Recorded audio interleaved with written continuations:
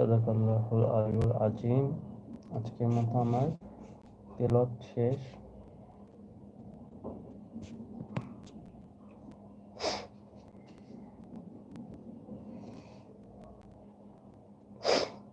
আসসালামু আলাইকুম। আশা করি আপনারা সবাই ভালো আছেন। যারা যারা আমার লাইভে জয়েন করেছেন অসংখ্য ধন্যবাদ।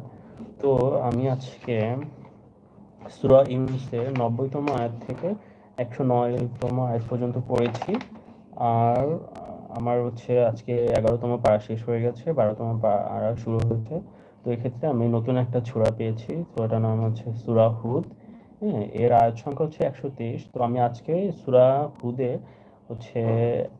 ১তম আয়াত থেকে ১৮তম আয়াত পর্যন্ত আজকে পড়বো। তো আমার পড়া শেষ হয়ে গেছে, আমি এখন অর্থ পড়বো। আশা করি আপনাদের ভালো লাগবে।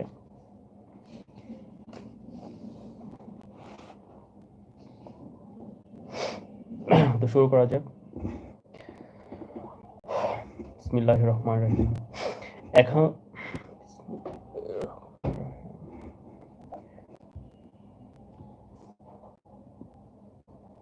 চলুন গাইস, তো আমি পড়া শুরু করি। এখন আমি সূরা ইউনূসের ৯০তম আয়াত থেকে ১০৯তম আয়াত পর্যন্ত পড়ব। এখন ঈমান এনেছ, অথচ ইতপূর্বে তুমি অমান্য করেছ এবং বিপর্যয়কারী ছিলে। আজ আমি তোমার দেহ রক্ষা করব, যেন তুমি পরবর্তীদের জন্য নিদর্শন হয়ে থাকো। আর বাস্তবিক পক্ষে অধিকাংশ লোক আমার আয়াত হতে গাফিল।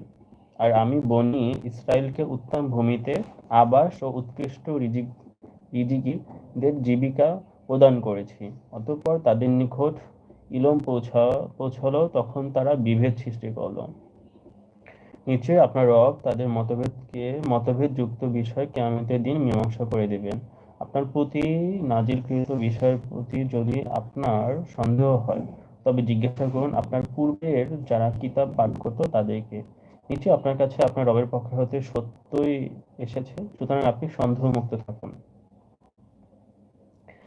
সুতরাং আপনি কখনো আল্লাহর নিদর্শন প্রত্যাখ্যানকারীদের মধ্যে গণ্য হবেন না, নচেৎ ক্ষতিগ্রস্তদের শামিল হবেন। নিশ্চয় যাদের ব্যাপারে রবের সিদ্ধান্ত নির্ধারিত হয়ে গিয়েছে যে তারা ঈমান আনবে না, তাদের কাছে সব নিদর্শন আসলেও যতক্ষণ না তারা যন্ত্রণাময় শাস্তি দেখবে।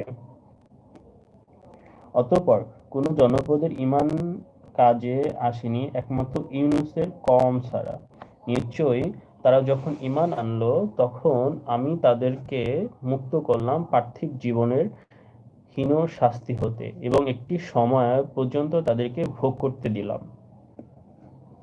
আপনার রবের ইচ্ছা হলে জমিনের সবাই ঈমান আনত, তবে কি আপনি মানুষকে মুমিন হওয়ার জন্য জবরদস্তি করবেন? আর আল্লাহর নির্দেশ ছাড়া ঈমান আনা কারো পক্ষে সম্ভব নয়। তিনি যারা নির্বোধ তাদের উপর অপবিত্রতা স্থাপন করেন। আপনি বলুন, আকাশ ও জমিনে যা আছে তা দেখো, আর নিদর্শন ভীতি প্রদর্শনে যারা ঈমান আনে না তাদের কোনো উপকার আসে না। এরা কি কেবল সেই লোকদের পূর্বেকার অনুরূপ ঘটনার প্রতীক্ষায় আছে যারা তাদের পূর্বে গত হয়েছে? আপনি বলুন, তোমরা অপেক্ষায় থাকো, আমিও তোমাদের সাথে অপেক্ষায় থাকি। পরিশেষে রাসূল সাল্লাল্লাহু আলাইহি সাল্লাম এবং ঈমানদারদেরকে এভাবেই উদ্ধার করি। ঈমানদারদেরকে উদ্ধার করা আমারই দায়িত্ব। আপনি বলুন, হে মানুষ, যদি তোমরা আমার দ্বীনের ব্যাপারে সংশয়ী হও, তবে আমি তাদের ইবাদত করি না যাদের ইবাদত তোমরা করো আল্লাহকে ছেড়ে, বরং আমি ইবাদত করি আল্লাহর, যিনি তোমাদের মৃত্যু দেন।